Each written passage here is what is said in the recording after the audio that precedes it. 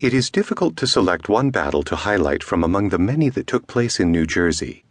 Each one, regardless of its size, had relevance to the fight for independence.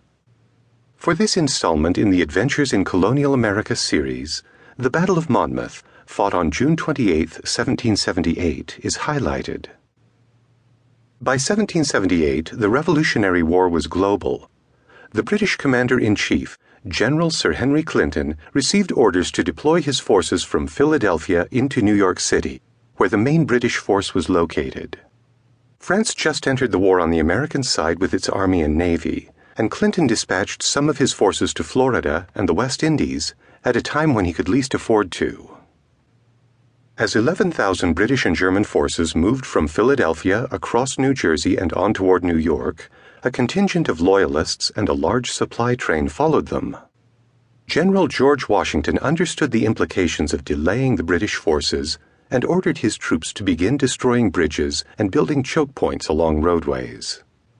A dispute ensued between Washington and his second-in-command, General Charles Lee, who was hesitant to deploy his forces. Washington, believing that the British and Germans were in a vulnerable position and that the time was right to strike, met with his staff to select a course of action.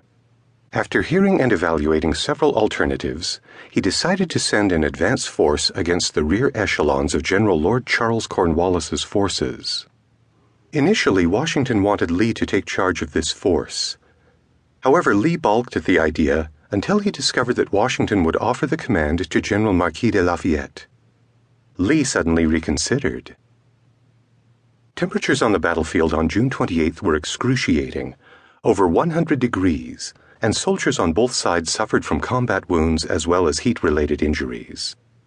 Imagine wearing one of the uniforms typical of the 18th century fighting force in those conditions, with all the equipment and weaponry you needed to survive on the battlefield.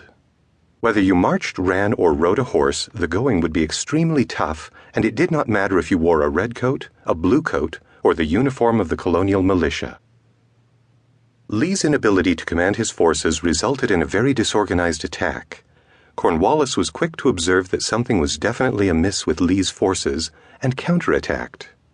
Faced with British and German forces as well as the heat, Lee began a withdrawal, and with the enemy literally in hot pursuit, the situation could have resulted in an annihilation of Washington's advance forces had Washington not arrived in the nick of time.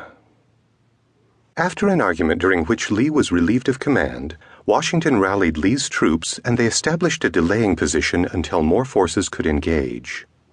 Lafayette and General Anthony Wayne took command of Lee's forces, and together with Washington, they established fighting positions for infantry and artillery to impede Cornwallis's forces.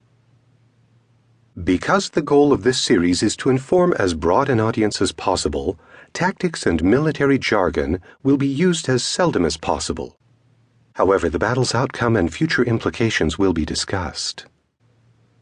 After numerous exchanges, the British forces withdrew under the cover of darkness, and they scored a tactical victory. Washington may have lost the battle, but he won a psychological victory. The Continental forces held their own against the most powerful army in the world, led by some of its finest commanders. Monmouth was the last battle fought in the northern colonies, and Washington's reputation as a military leader and tactician was established. The soldiers' morale and esprit de corps was bolstered, and the reputation of the Continental Army as a fighting force was recognized. Another legacy of the battle is the legend of Molly Pitcher, but I am saving her story for a special Women's History Month feature in a future issue. The Monmouth battlefield is located at the Monmouth Battlefield State Park.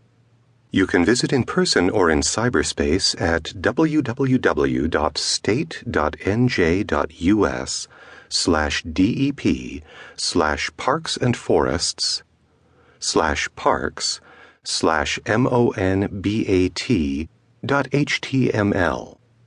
Reenactments of the battle are conducted every year. You can obtain more information and view the reenactment on their website. Additional information and historical documents concerning the battle are also available at the Monmouth County Historical Association, www.monmouthhistory.org.